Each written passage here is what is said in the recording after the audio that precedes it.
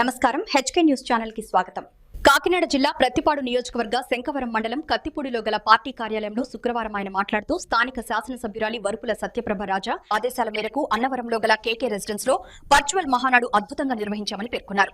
Sector 7లో గల పంచాయతీల నుంచి కార్యకర్తలు భారీగా తరలివచ్చి విజయవంతం చేశారని, తెలుగుదేశం పార్టీ మహానాడు కార్యక్రమం ఇంధన ఖర్చు తగ్గించుకోవడం కోసం తొలిసారిగా 1875 క్లస్టర్ల పరిధిలో వర్చువల్ గా నిర్వహించడంతో ప్రజలకు మరింత చేరువైనన్నారు.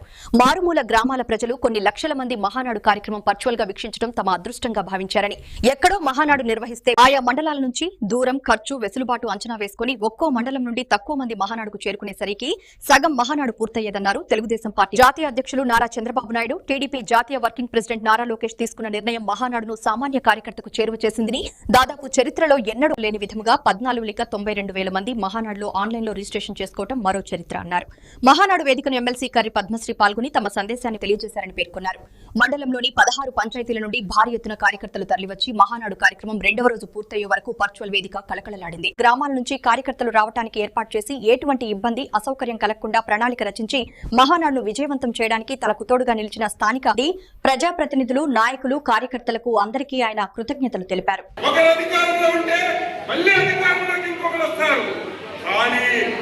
గత ప్రభుత్వాలు చేసినటువంటి మంచిని ముందుకు తీసుకెళ్ళాలి. ఒకవేళ నీకు ఇంకా ఏదైనా సరే కొత్తగా చెయ్యాలంటే ఆ పథకాలు అమలు చేయడానికి ప్రయత్నం చేయాలి.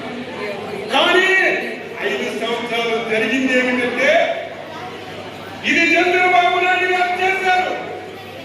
ఇది అమలు జరిగితే వేగంగా చంద్రబాబు నాయుడు గారికి వస్తారని 2014 నుంచి 19 వరకు చంద్రబాబు నాయుడు గారు చేసినటువంటి ప్రతి దాని మీద విధ్వంసం చేసిన విషయాన్ని ఈ సందర్భంగా రాష్ట్ర ప్రజలకు పోలవరం చాలా మంది మాట్లాడారు పరిశ్రమల గురించి. నేను ఒక సందర్భంలో మీ అందరికీ మీ ద్వారా రావాలి. పరిశ్రమలు వస్తే రాష్ట్రానికి ఆదాయం వస్తుంది. ఆదాయం వస్తే ఆ ఆదాయాన్ని పేదవాడికి, సంక్షేమానికి, అభివృద్ధికి ఇవ్వడానికి అవకాశం ఉంది. దుర్మార్గుడు. అందరికీ నమస్కారం అండి. పత్తిపాడు నియోజకవర్గ శాసనసభ్యులు శ్రీ వరుపుల సత్యప్రభ గారి ఆదేశానుసారం తెలుగుదేశం పార్టీ మహానాడు అన్నవరంలో కేకే రెసిడెన్సీలో ఘనంగా నిర్వహించడం జరిగింది.